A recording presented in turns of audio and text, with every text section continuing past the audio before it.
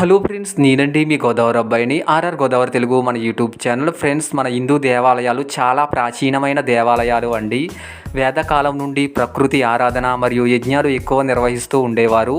భారతీయ సంస్కృతి, సాంప్రదాయాలు, శిల్పకళ మరియు ఆధ్యాత్మికతకు ప్రతీకగా నిలుస్తాయండి. వాటి గొప్పతనం మరియు చరిత్ర చాలా అద్భుతమైనది. క్రీస్తు శకానికి ముందు గుహాలయాలు, పర్వత ప్రాంతాలలో ఇటుకలు మరియు కలపతో కూడిన నిర్మాణాలు ఎక్కువగా ఉండేవండి. తరువాత శతాబ్దంలో రాతి శిల్పకళతో కూడిన భారీ దేవాలయాలు నిర్మించేవారు.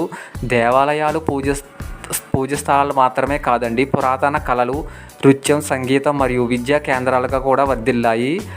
అంటే పూర్వం దేవాలయాల దగ్గరే విద్యను నేర్పించేవారు అండి. సంగీతం మరియు విద్యా కేంద్రాలుగా బాగా వర్ధిల్లాయి.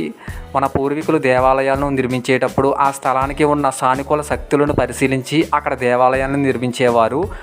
ఆ ఆలయం మానసిక ప్రశాంతతకు, శారీరక ఆరోగ్యాన్ని పెంపొందిస్తాయి అండి. మన పూర్వ హిందూ దేవాలయాలు తరాల తరబడి సనాతన ధర్మ విలువలు మరియు సాంస్కృతిక వారసత్వాన్ని కాపాడుతూ వస్తున్నాయండి. మనం కూడా మన హిందూ దేవాలయాలని మనం చాలా జాగ్రత్తగా కాపాడుకుంటూ ఉండాలి అండి.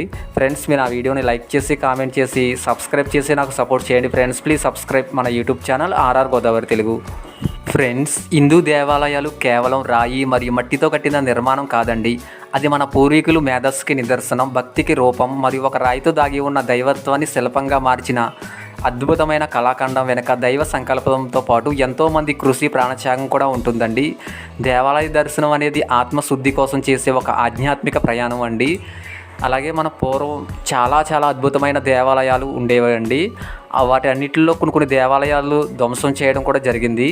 వాటిని కాపాడుకోవడానికి చాలామంది ప్రాణత్యాగం కూడా చేసిన వారు కూడా ఉన్నారు అండి. అలా ప్రాణత్యాగం చేయడం వల్లే ఇప్పటికీ కొన్ని దేవాలయాలు మిగిలే ఉన్నాయి. వాటినైనా సరే మనం జాగ్రత్తగా కాపాడుకుంటూ ఉండాలి. ఫ్రెండ్స్, మీరు నా వీడియోని లైక్ చేసి, కామెంట్ చేసి, సబ్స్క్రైబ్ చేసి నాకు సపోర్ట్ చేయండి. ఫ్రెండ్స్, ప్లీజ్ సబ్స్క్రైబ్ మన YouTube channel RR Godavari Telugu. Friends, మన హిందూ దేవాలయాలు క్రీస్తు శకానికి ముందు నుండి ఇప్పటి వరకు చాలా పురాతనమైన దేవాలయాలు ఉన్నాయి కదండి. వాటిని నిర్మించేటప్పుడు ఆ కాలంలో ఉన్న మనుషులకు భక్తి, భావం, కృషితో పాటు దైవ సంకల్పం పూర్తిగా ఉండేదండి. ఆ దైవ సంకల్పం నిర్ణయంతోనే వాళ్ళు చాలా అద్భుతమైన ఈ దేవాలయాలు నిర్మించారు. భారీ గుడి గోపురాలు అద్భుతమైన శిల్పకళతో నిర్మించడం అంటే మామూలు విషయం కాదండి. ఎటువంటి సదుపాయం లేని ఆ టైంలో కూడా ఇంత అద్భుతమైన ఈ దేవాలయాలు నిర్మించడం మనకు చాలా అదృష్టంగా మనం భావించాలి. అటువంటి దేవాలయాలను మనం చాలా జాగ్రత్తగా కాపాడుకుంటూ ఉండాలి అండి. నేను చాలా హిందూ దేవాలయం దర్శనం చేసుకున్నాను. అలాగే ఒక్కొక్క దేవాలయం ఒక్కొక్క అద్భుతంగా ఉంటుందండి. అలాగే ఒక్కొక్క చరిత్ర చాలా బాగుంటుంది. అలాగే నేను ఎన్నో దేవాలయాలు దర్శించుకున్నాను.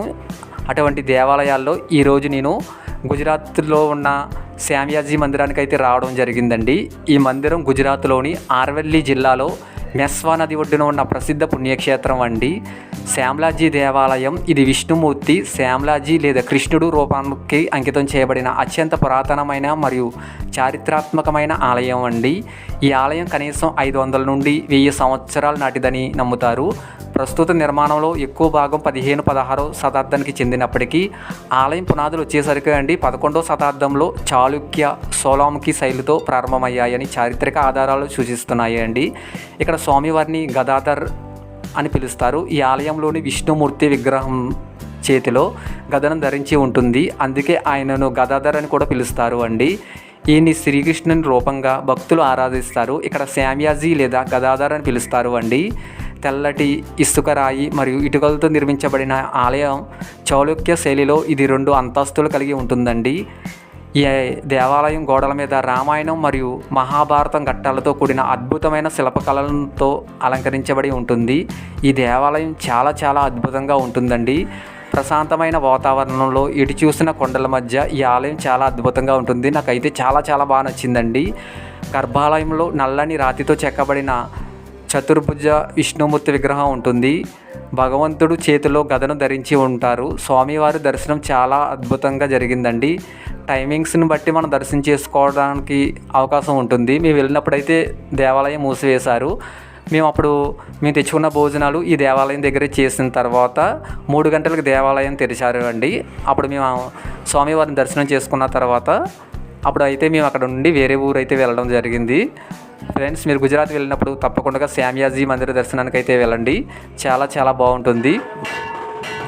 ఫ్రెండ్స్ అంతేకాదండి, ఆలయం శిఖరంపై తెల్లటి పట్టు జెండా ఎప్పుడూ ఎగురుతూ కనిపిస్తుంది. అందుకే దీన్ని డోలి ధ్వజ వాలా అని పిలుస్తారు. ఈ ఆలయం మెస్వా నది ఒడ్డున ఉంది. భక్తులు నదిలో పవిత్ర స్నానాలు ఆచరించిన తర్వాత స్వామివారిని దర్శనం చేసుకుంటారు అండి. ఇక్కడ ముఖ్యమైన ఉత్సవాలు వచ్చేసరికి కార్తీక పౌర్ణమి సందర్భంగా ఇక్కడ పెద్ద ఎత్తున స్లామ్లాజీ మేళ నిర్వహిస్తారు. ఈ ఉత్సవానికి వేలాది మంది భక్తులు, ముఖ్యంగా గిరిజన తెగలవారు హాజరవుతారు అండి. ఇక్కడ ఉత్సవాలు చాలా అద్భుతంగా జరుగుతాయి అండి.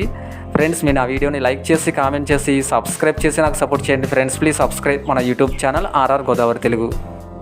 ఫ్రెండ్స్, ఈ దేవాలయం మీద ఉన్న శిల్పాలను ఒకసారి మీరు కూడా చూడండి.